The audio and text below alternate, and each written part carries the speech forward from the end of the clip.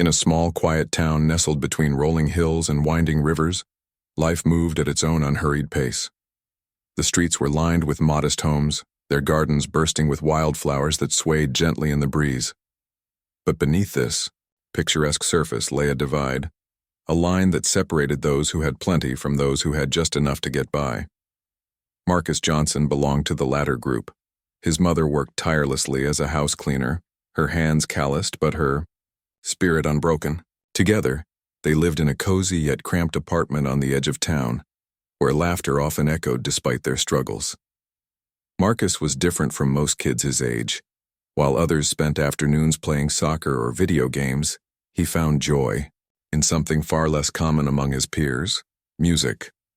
He didn't own a piano or even a keyboard. Instead, he would sit cross-legged on the floor tapping out imaginary melodies on sheets of paper, where he'd drawn rows of rectangles to mimic keys. Sometimes, late at night, he'd hum softly under his breath, replaying tunes he'd heard on the old radio that sat proudly on their kitchen counter. For Marcus, music wasn't just a hobby. It was an escape, a way to dream beyond the confines of his circumstances. One crisp autumn morning, an announcement came over the school intercom during homeroom. The principal's voice crackled through, the speakers inviting students to attend the annual gala, hosted by the wealthy Whitmore family. "This is a wonderful opportunity," she said warmly, "for everyone to come together and celebrate our community."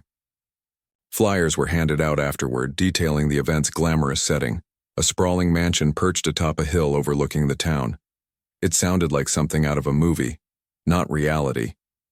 At first, Marcus wasn't sure if he should go. The idea of stepping into such an opulent world felt daunting, almost surreal.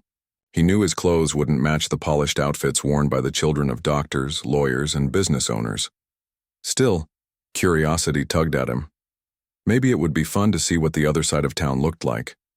The side he only glimpsed from afar when passing by in the car with his mom. With some encouragement from her, Marcus decided to give it a try. After all, how often did someone like him get invited to a place like that? The day of the gala arrived, and Marcus dressed carefully, in his best pair of jeans and a neatly ironed shirt borrowed from his uncle. As he walked up the long driveway leading to the mansion, flanked by towering trees adorned with twinkling fairy lights, he couldn't help but feel out of place. Around him, boys in suits and girls in flowing dresses laughed and chatted confidently, their voices carrying easily across the crisp evening air.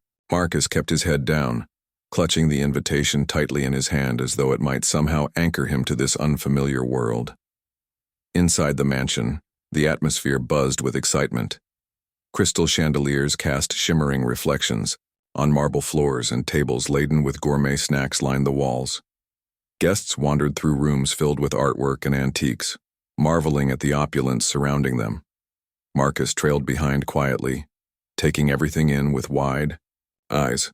Despite feeling like an outsider, there was no denying the beauty of the space or the sense of wonder it inspired. Then he saw it. A grand piano sitting regally in the center of the living room. Its glossy black surface gleamed under the soft glow of the chandelier above. To Marcus, it looked almost magical, as though it had been waiting for him all along. Without thinking, he moved closer, drawn by an invisible pull. His heart pounded in his chest as he imagined running his fingers over the smooth keys, hearing the sound of real notes instead of the silent ones he practiced at home. But before he could reach the piano, a sharp voice cut through the air. "Hey, what are you doing?" Startled, Marcus turned to see a group of boys standing nearby. They were impeccably dressed, their confident postures marking them as regulars in this kind of environment. One of them stepped forward, sneering. "You don't belong here," he said, gesturing dismissively at Marcus's sneakers. Another boy chimed in, laughing cruelly. "Yeah, this isn't your world. Go back to wherever you came from." Their words hit hard, each one landing like a punch to the gut. Marcus felt heat rise to his cheeks, embarrassment mixing with anger. Part of him wanted to turn around and leave, to retreat to the safety of his own world. But another part, the part that loved music more than anything, refused to let them win. Clenching his fists briefly, Marcus straightened his shoulders and took a deep breath. Ignoring their taunts, he stepped toward the piano and placed his hands lightly on the keys. For a moment, silence fell over the room. The rich kids stopped, laughing, their expressions shifting from mockery to confusion. Then, Marcus began to play. His fingers moved hesitantly at first, testing the weight of the keys and adjusting to the unfamiliar feel. But soon, confidence took hold, and the melody flowed effortlessly. It was Beethoven's Moonlight Sonata, a piece he had painstakingly memorized after hearing it once on the radio. Each note resonated deeply, filling the room with a haunting elegance that silenced every whisper, every judgmental thought. As Marcus played, the transformation in the room was palpable. What started as ridicule melted into awe. People gathered around, their faces reflecting disbelief and admiration. Even the boy who had mocked him earlier stood frozen, his arms now limp at his sides. For those few minutes, nothing else mattered. Not the expensive clothes, not the social hierarchies, not the doubts that had plagued Marcus earlier. All that existed was the music, pure and powerful, weaving its spell over everyone present. The silence that followed Marcus's first few notes was almost deafening. The room, which had been buzzing with chatter and laughter just moments before, fell into a hush so complete that it felt as though time itself had paused. Every head turned toward the piano, eyes wide with disbelief. No one could have predicted this turn of events, not the rich kids who had mocked him, not the adults sipping champagne nearby, and certainly not Marcus himself, whose heart raced with a mix of fear and exhilaration. As his fingers danced across the keys, Marcus seemed to forget where he was. The gleaming chandeliers, the opulent furniture, the sea of faces watching him, all of it faded away. In that moment there was only the music. Each note carried something deeper than mere sound. It carried emotion, history, and longing. For years Marcus had practiced on invisible keyboards made of paper, humming melodies in his head when no one was listening. Now here he was, bringing those silent dreams to life on a real piano, in front of people who likely never expected anything extraordinary from someone like him. The piece he chose, Beethoven's Moonlight Sonata, was hauntingly beautiful. Its gentle yet powerful tones echoing through the grand living room, the melody began softly, almost hesitantly, mirroring the uncertainty Marcus had felt when he first sat down at the piano. But as the music progressed, it grew bolder, more confident, much like Marcus himself. His hands moved with surprising grace and precision, each keystroke perfectly placed. It was as if the piano had been waiting for him all along, eager to share its voice with someone who understood its language. The crowd was spellbound. Parents exchanged astonished glances, whispering to each other about how remarkable the boy's talent was. Teachers who had seen Marcus in class but never imagined him capable of such artistry stood frozen, their mouths slightly agape. Even the wealthy hostess of the gala, Mrs. Evelyn Whitmore, leaned forward in her chair, her expression a mixture of awe and curiosity. She had organized countless events in her home, but nothing quite like this had ever happened before. And then there were the boys who had mocked Marcus earlier. Their initial sneers had vanished, replaced by expressions of shock and admiration. The leader of the group, the same boy who had told Marcus he didn't belong, now looked utterly transfixed. His arms, once crossed defiantly over his chest, hung loosely at his sides. His friends nudged him quietly, their teasing forgotten as they listened intently to the music. One of them muttered under his breath, "How is he doing that?" Another simply shook his head, unable to form words. For Marcus, the experience was surreal. He wasn't thinking about impressing anyone or proving a point. All he cared about was the music, the way it flowed through him, filling the empty spaces inside. Yet even in his focus, he could feel the shift in the atmosphere around him. The jeers and judgmental stares that had greeted him moments ago were gone, replaced by something entirely different: respect. When the final note lingered in the air, hanging delicately before fading into silence, the room remained still for a heartbeat longer. Then slowly, applause began to ripple through the crowd. At first it was tentative, a few scattered claps, but it quickly built into a thunderous ovation. People stood up, some whistling, others cheering loudly. The sound filled the mansion, bouncing off the walls and ceilings, wrapping Marcus in warmth and validation. Mrs. Whitmore was among the first to approach him. Clapping enthusiastically, she smiled warmly and said, "That was absolutely breathtaking. Where did you learn to play like that?" Marcus blinked, momentarily overwhelmed by the attention. He glanced down at his hands, still resting lightly, on the piano keys as though to confirm that what had just happened was real. Finally, he looked up and replied softly, I've never played a real piano before tonight." His words elicited gasps from those within earshot. Someone repeated them aloud, and soon the entire room was abuzz with murmurs of astonishment. How could this boy, who claimed to have never touched a piano before, produce such a flawless performance? It defied logic, yet it was undeniable.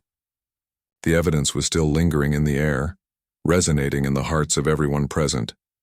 Encouraged by the outpouring of support, Marcus allowed himself to relax slightly. People began lining up to congratulate him, shaking his hand and patting him on the back. A woman in an elegant gown told him she hadn't heard such a moving rendition of the Moonlight Sonata in years. A man holding a glass of wine joked that Marcus might be the next Beethoven. Even the boy who had mocked him earlier stepped forward, albeit reluctantly. Looking sheepish, he mumbled, Sorry about what I said before. That was really cool." Marcus accepted the apology with a small nod, choosing not to dwell on the past. Instead, he focused on the present, the overwhelming sense of accomplishment washing over him. For so long he had dreamed of being recognized for his passion, of having his talent acknowledged beyond the confines of his imagination. And now, here he was, surrounded by people who couldn't stop talking about how incredible he was. But amidst the excitement, Marcus also felt a pang of humility.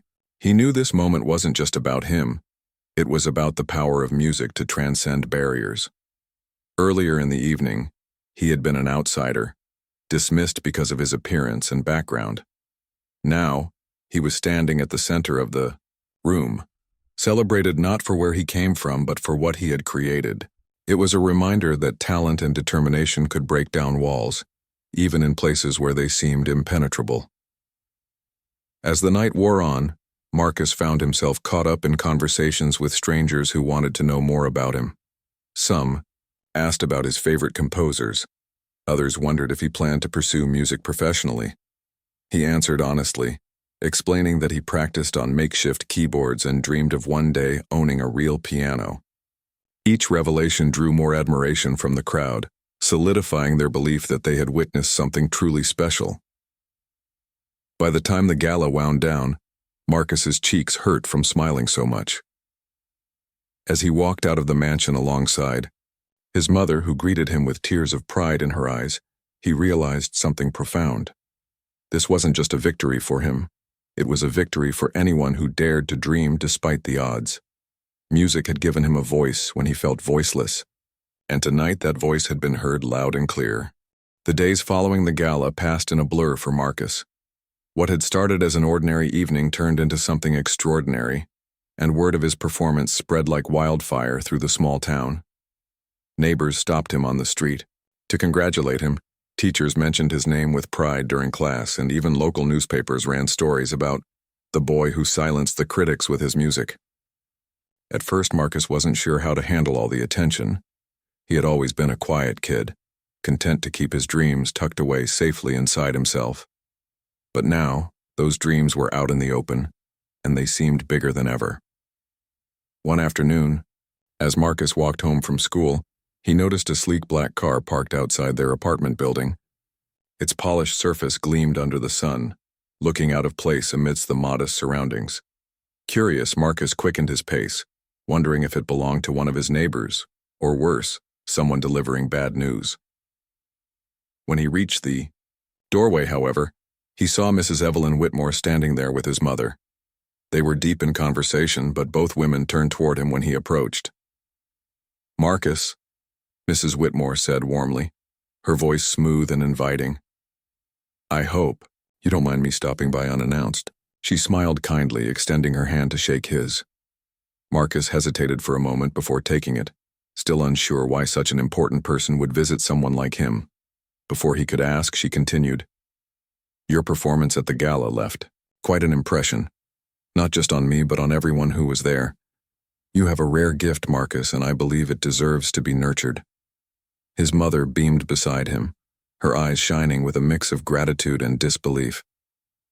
"Mrs. Whitmore has offered to help you pursue your musical education," she explained, her voice trembling slightly with emotion. "She wants to make sure you get the opportunities you deserve." Marcus stared at them, struggling to process what he was hearing.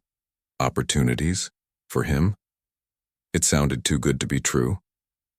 Growing up, he had learned early on that life didn't often offer second chances, or first ones for that matter. Yet here was this elegant woman, practically a stranger, offering to change his world overnight. His throat tightened, and for a moment he couldn't find the words to respond. Seeing his hesitation, Mrs. Whitmore knelt down slightly so she could meet his gaze directly. "I know this might feel overwhelming," she said gently, "but you shouldn't let fear hold you back. Talent like yours doesn't come around every day, Marcus, and neither does courage. The kind you showed that night when you decided to play despite the doubts of others." Her words struck a chord within him. Courage. Was that what he had shown? He hadn't thought of it that way before. To him, sitting down at the piano had been less about bravery and more about following his heart. But maybe she was right. Maybe choosing to keep going, even when people laughed or doubted him, took more strength than he realized. With his mother's encouragement, Marcus finally nodded. "Thank you," he managed to say, his voice barely above a whisper. "I'll try my best." From that day forward, Marcus's life began to transform in ways he never imagined. Mrs. Whitmore wasted no time putting her plans into motion. Within a week, she arranged for him to take lessons with Mr. Daniel Harper, a renowned pianist known for his technical precision and expressive playing. Mr. Harper lived in the city, which meant Marcus would need to travel there twice a week after school. Though the commute was long, Marcus didn't mind. Each trip felt like stepping closer to a dream he had once thought impossible. Their first lesson together was unlike anything Marcus had experienced. Unlike the makeshift keyboards he practiced on at home, Mr. Harper's studio housed a magnificent, grand piano, its polished wood gleaming under soft overhead lights. The room smelled faintly of cedar and polish, and shelves lined with sheet music towered high above them. As Marcus sat down at the piano, he felt a surge of excitement mixed with nerves. This was the real deal, the kind of instrument professional musicians played on stages around the world. Mr. Harper watched closely as Marcus placed his hands on the keys. "Let's start with something familiar," he suggested, nodding toward the Moonlight Sonata. Marcus swallowed hard and began to play, his fingers moving tentatively at first. As the melody unfolded, Mr. Harper listened intently, occasionally jotting notes onto a pad of paper. When Marcus finished, his teacher leaned back in his chair, studying him thoughtfully. "You've got raw talent," Mr. Harper said finally, his tone measured but encouraging. "But talent alone won't take you far without discipline. We're going to work on technique, expression, and understanding the language of music. Are you ready for that?" Marcus nodded eagerly. He understood what Mr. Harper meant.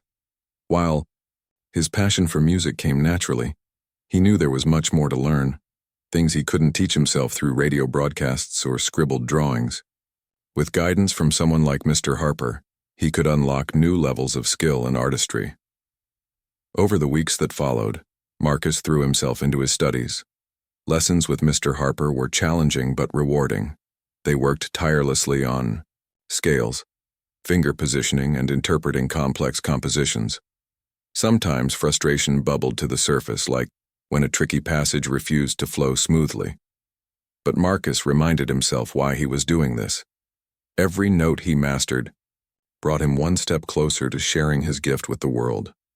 Back at home, Marcus practiced relentlessly. His mother cleared a corner of their tiny living room to make space for a keyboard Mrs. Whitmore had gifted him.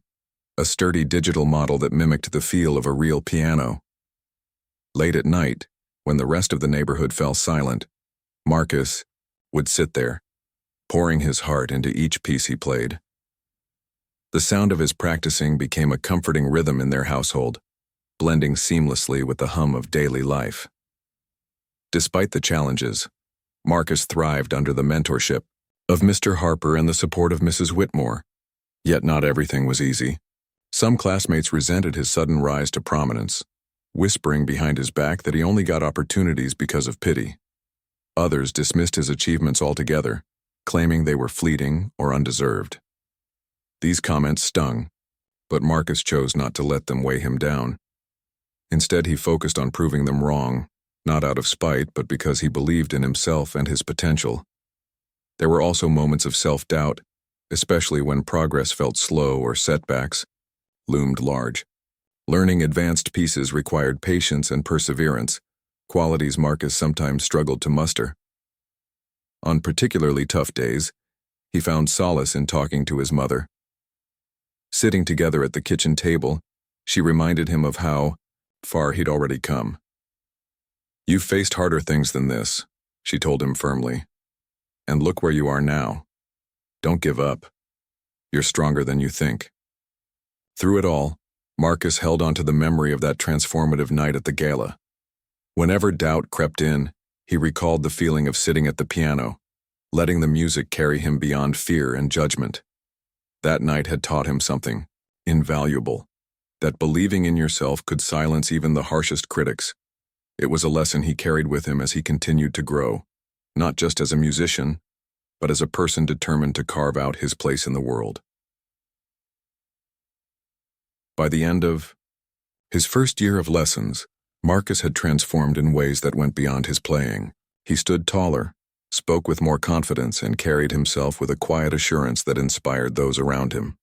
Music had opened doors he never dreamed possible, introducing him to mentors, peers, and experiences that shaped him into someone capable of reaching for the stars.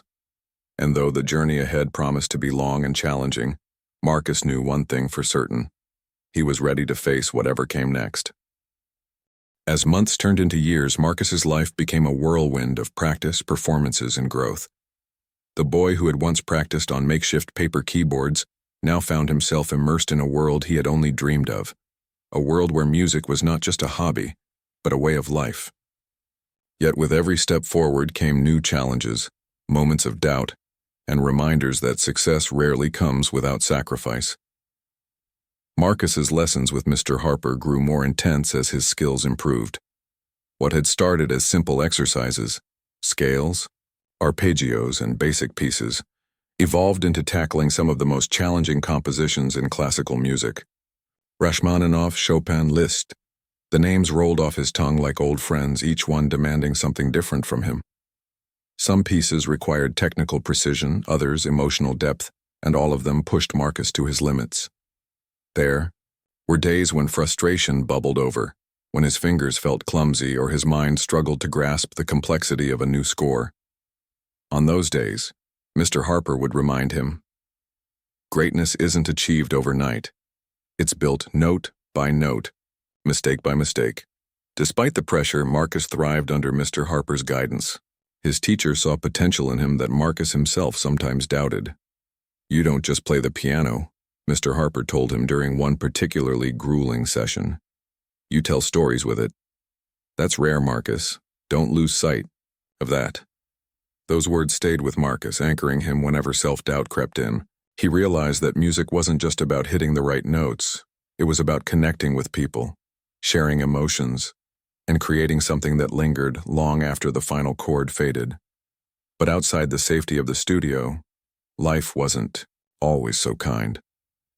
At school, jealousy simmered beneath the surface. Some classmates resented Marcus's newfound opportunities, whispering cruel remarks about how he didn't deserve them. "He's only getting attention because rich people feel sorry for him," one boy sneered during lunch. Another chimed in, "Yeah, he thinks he's better than us now." Hearing these comments stung, especially since Marcus never intended to make anyone feel inferior. He still sat quietly in class, still helped his mom clean houses on weekends, and still walked the same streets he always had. Nothing about him had changed except for the fact that he finally had a chance to pursue his passion. At first, Marcus tried to ignore the negativity. He reminded himself of Mrs. Whitmore's words, "Let your talent speak for itself." But ignoring hurtful comments wasn't always easy, especially when they came from people he thought were his friends. One afternoon, after enduring yet another round of snide remarks, Marcus confided in his mother.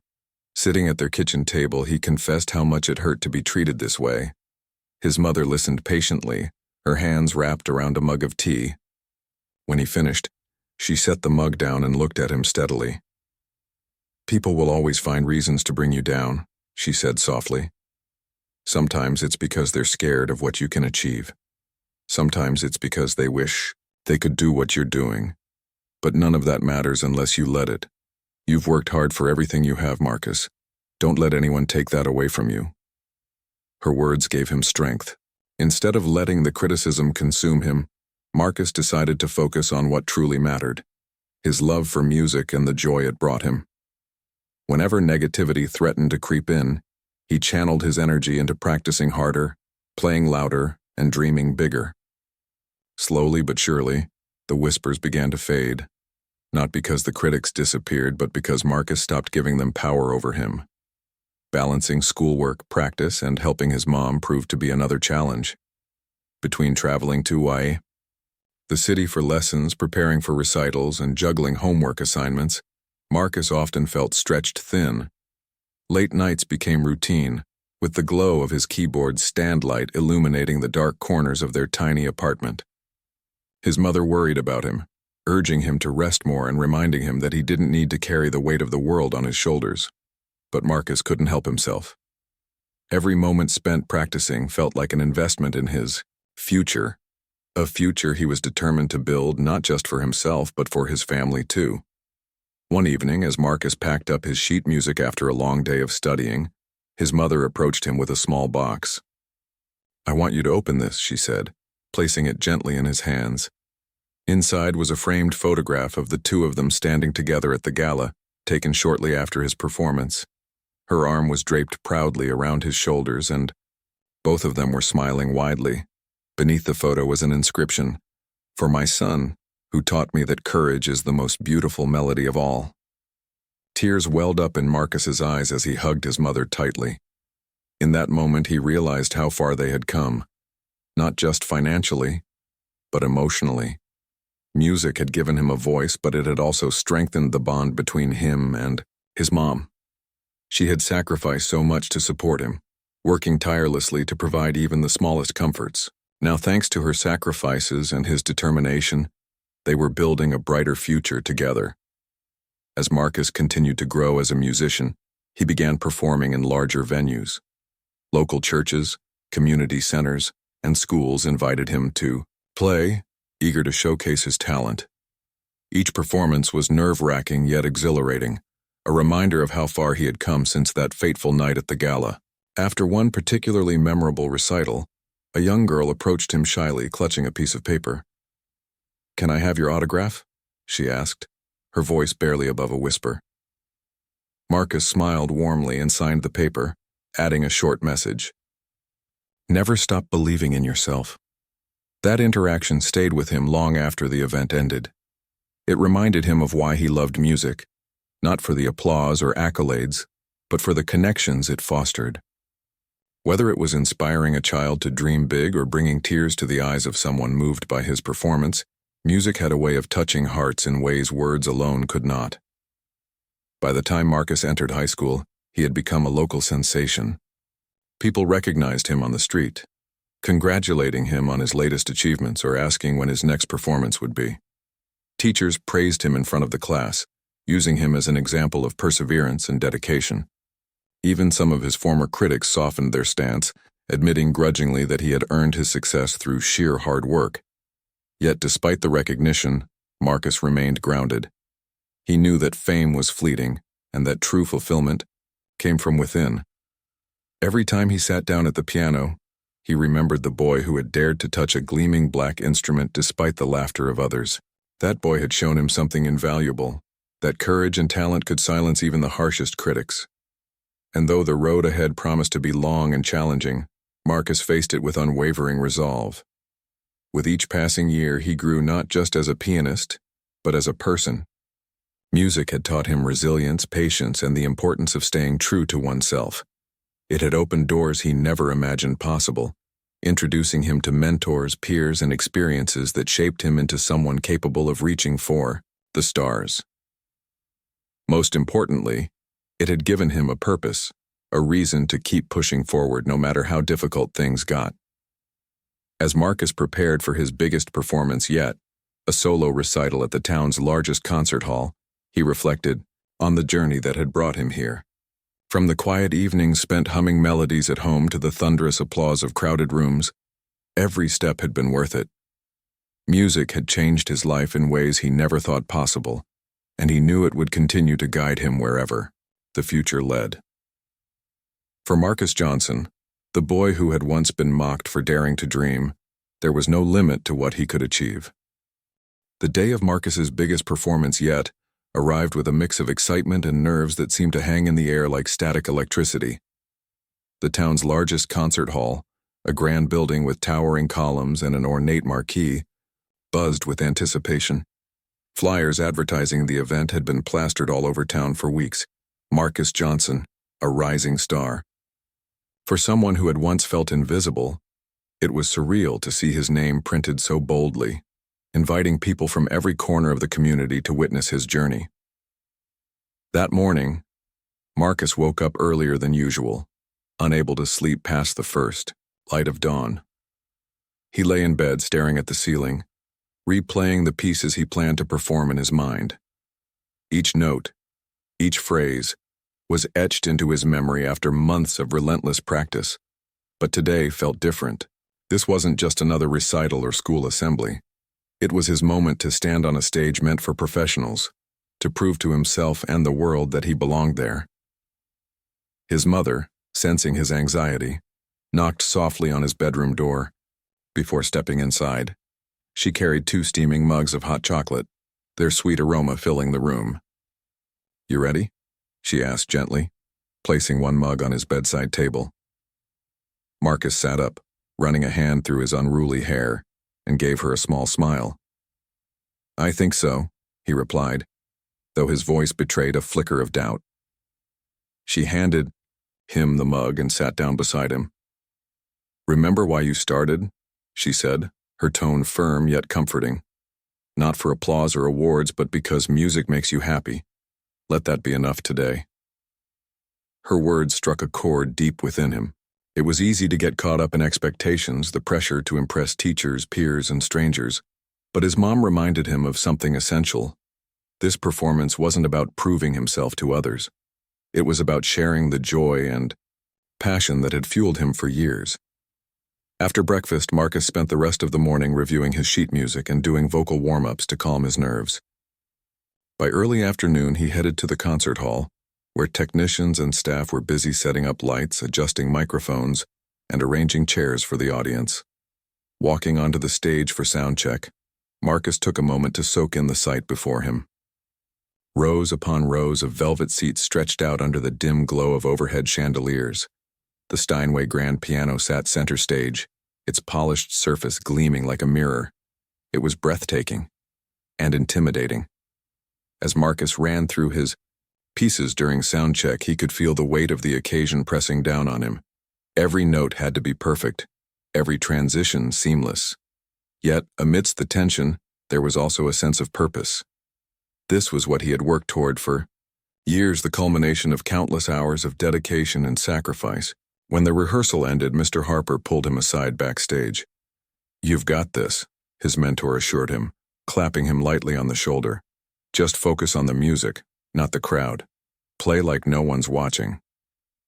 By evening, the concert hall was packed. People filled every seat, some dressed in formal attire while others wore casual clothes, united by curiosity and admiration for the young pianist everyone was talking about. Among the attendees were familiar faces, teachers, classmates, neighbors, as well as new ones, including local journalists and music enthusiasts eager to see if the hype was justified. Mrs. Whitmore sat near the front row, her posture regal, and her expression expectant. Even the boy who had mocked Marcus at the gala years ago attended, sitting quietly with his parents. When the lights dimmed and the MC introduced Marcus, a hush fell over the audience. As he walked onto the stage, the spotlight casting a golden glow around him, Marcus felt his heart pounding in his chest. He bowed slightly, acknowledging the polite applause, then made his way to the piano. Sitting down, he took a deep breath, letting his fingers hover above the keys for a brief moment. Then, with a soft exhale, he began to play. The opening piece was Debussy's Clair de Lune, a delicate and dreamlike composition that set the tone for the evening. From the very first note, Marcus poured his soul into the music, allowing the melody to flow naturally. The audience leaned forward in their seats, captivated by the ethereal beauty of the performance. As the final chords faded into silence, a wave of applause erupted, prompting Marcus to smile faintly before launching into his next piece. He followed with Rachmaninoff's Prelude in C-sharp minor, a technically demanding work known for its dramatic intensity. Here, Marcus showcased not only his technical prowess but also his ability to convey emotion through music. His hands moved swiftly across the keyboard, tackling rapid passages with precision while maintaining the piece's fiery spirit. When the thunderous finale concluded, the crowd erupted into cheers, many rising to their feet in admiration. But it was the third piece, a rendition of Beethoven's Moonlight Sonata, that truly captured the essence of Marcus's journey. The hauntingly beautiful melody echoed through the hall, carrying with it memories of that transformative night at the gala. As he played, Marcus closed his eyes, losing himself in the music. For those few minutes, he wasn't performing for an audience.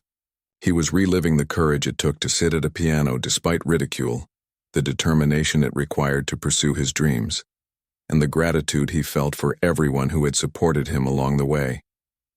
When the final note lingered in the air, the silence that followed was profound. Then slowly the audience rose as one, erupting into a standing ovation that seemed to shake the walls of the concert hall. Tears glistened in the eyes of many, including Mrs. Whitmore, whose face radiated pride. Behind her, the boy who had once mocked Marcus now clapped enthusiastically, his expression one of genuine respect. After the applause subsided, Marcus stood up and addressed the crowd. "Thank you," he began, his voice steady despite the whirlwind of emotions swirling inside him. "Music has been my greatest teacher, showing me that barriers can be broken, not just on a piano but in life. I hope tonight reminds us all that we're capable of more than we think, especially when we believe in ourselves." The speech drew a second round of applause, this time accompanied by shouts of encouragement and admiration. Backstage after the performance, Marcus was surrounded by well-wishers eager to congratulate him. Strangers hugged him, teachers praised him, and former critics offered heartfelt apologies. Through it all, Marcus remained humble, thanking each person sincerely for their support. In the days that followed, the impact of the recital rippled through the community. Local newspapers published glowing reviews, calling Marcus a prodigy with a heart of gold. Social media lit up with posts celebrating his talent and perseverance. Most importantly, the performance inspired countless young people, particularly those from underserved backgrounds, to chase their own dreams without fear of judgment or failure. For Marcus, however, the real reward lay in knowing that he had stayed true to himself. Despite the challenges he faced, jealousy, self-doubt, exhaustion, he never lost sight of why he loved music. It wasn't about fame or recognition, it was about connection, growth, and the sheer joy of creating something meaningful. And as he looked ahead to the future, he knew this was only the beginning. With renewed confidence, Marcus began dreaming bigger. He envisioned traveling to cities around the world, performing in prestigious venues, and using his platform to give back to communities like his own. Inspired by Mrs. Whitmore's generosity, he started brainstorming ways to help aspiring musicians gain access to instruments and lessons they otherwise couldn't afford. Music had changed his life. and he wanted to ensure it could do the same for others. Though the road ahead would undoubtedly bring new challenges, Marcus faced it with unwavering resolve. He had learned that success wasn't defined by accolades or applause. It was measured by the lives touched and the obstacles overcome.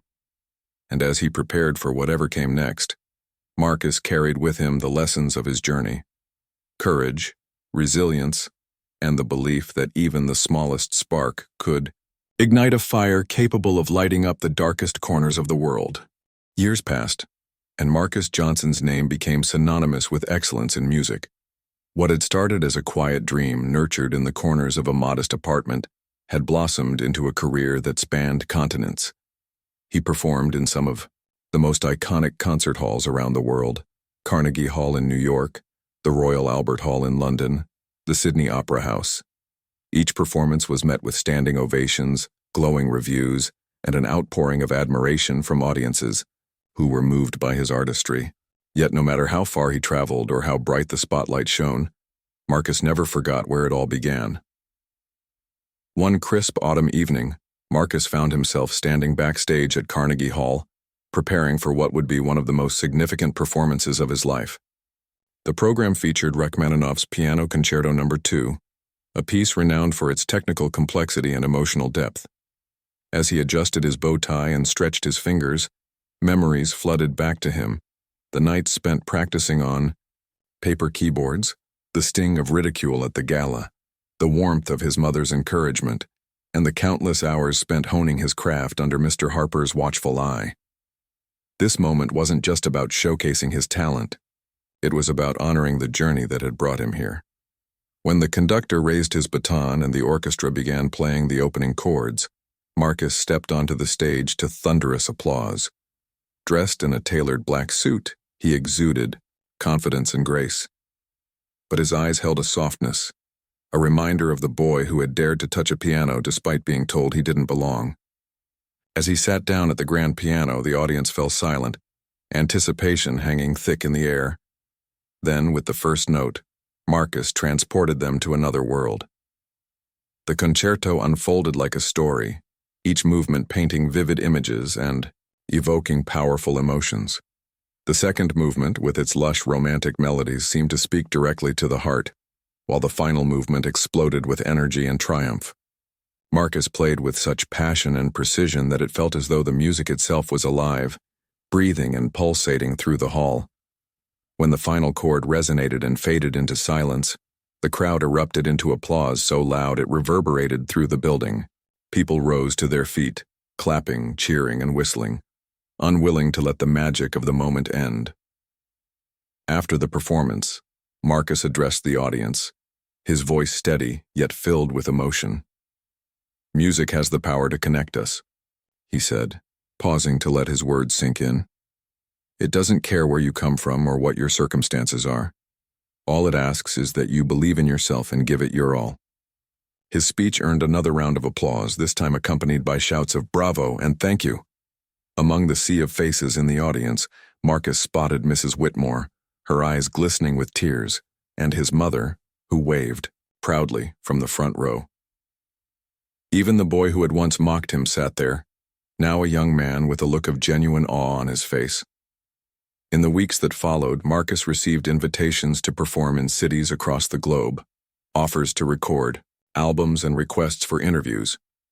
But amidst the whirlwind of success, he remained grounded, always remembering the struggles that had shaped him.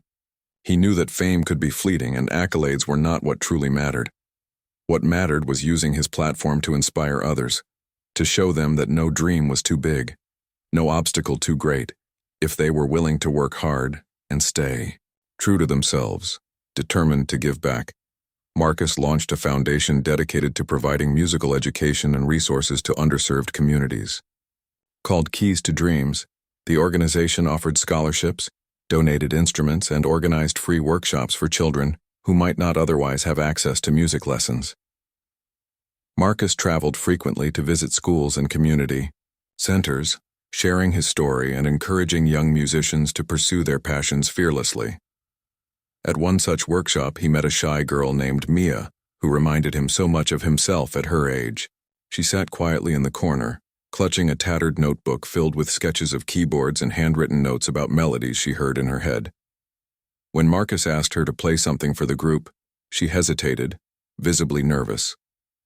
But after some gentle encouragement, she sat down at the piano and began to play. Her piece was simple yet heartfelt, infused with raw emotion that left the room silent. When she finished, Marcus approached her, crouching down to meet her gaze. "You have a gift," he told her sincerely. "Never stop believing in yourself." Mia's smile lit up the room, and Marcus felt a surge of pride knowing he had made a difference in her life. Over time, stories like hers poured in from all over the country, young people inspired by Marcus's example, picking up instruments for the first time, dreaming of stages they had never imagined stepping onto. Through his foundation, Marcus ensured that these dreams had a chance to take flight. Back home, Marcus continued to balance his international career with his commitment to giving back.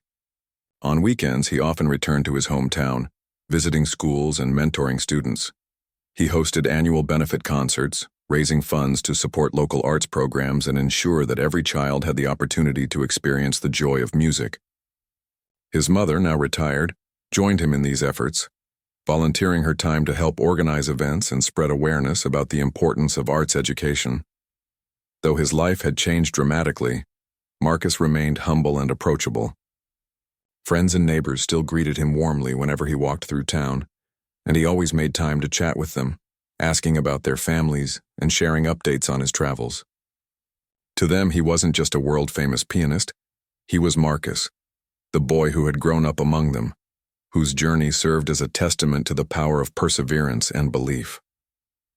As the years went by, Marcus's legacy grew beyond his performances and philanthropy.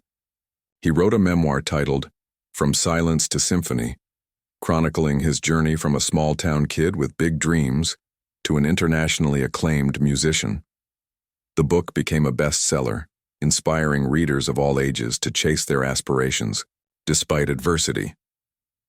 In interviews, Marcus often spoke about the pivotal moments that had shaped him, the night at the gala, the kindness of Mrs. Whitmore, the unwavering support of his mother. He emphasized that success was not a solo endeavor. It was built on the shoulders of those who believed in you when you doubted yourself.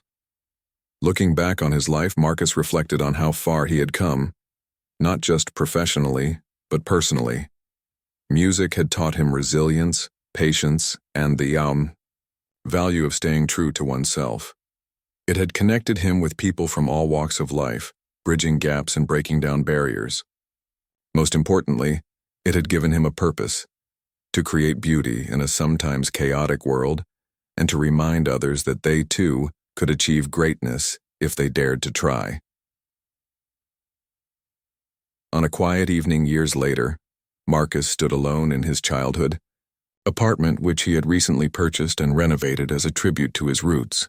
The space was now a cozy haven filled with memories, photos of his performances, letters from fans, and the framed picture of him and his mother from the gala. Sitting at the digital keyboard he had once practiced on as a boy, Marcus placed his hands on the keys and began to play. The melody was soft and nostalgic, carrying with it the echoes of laughter, struggle, and triumph. For a moment, it felt as though time had folded in on itself, bringing the past and present together in perfect harmony. Marcus smiled to himself, knowing that his journey was far from over. There were still stages to conquer, stories to tell, and lives to touch. But for now, he allowed himself to savor the peace that came from knowing he had done something meaningful, not just for himself, but for countless others who looked to him as proof that courage and talent could silence even the harshest critics. And as the final notes lingered in the air, Marcus whispered softly to the empty room, "Thank you, music, for everything."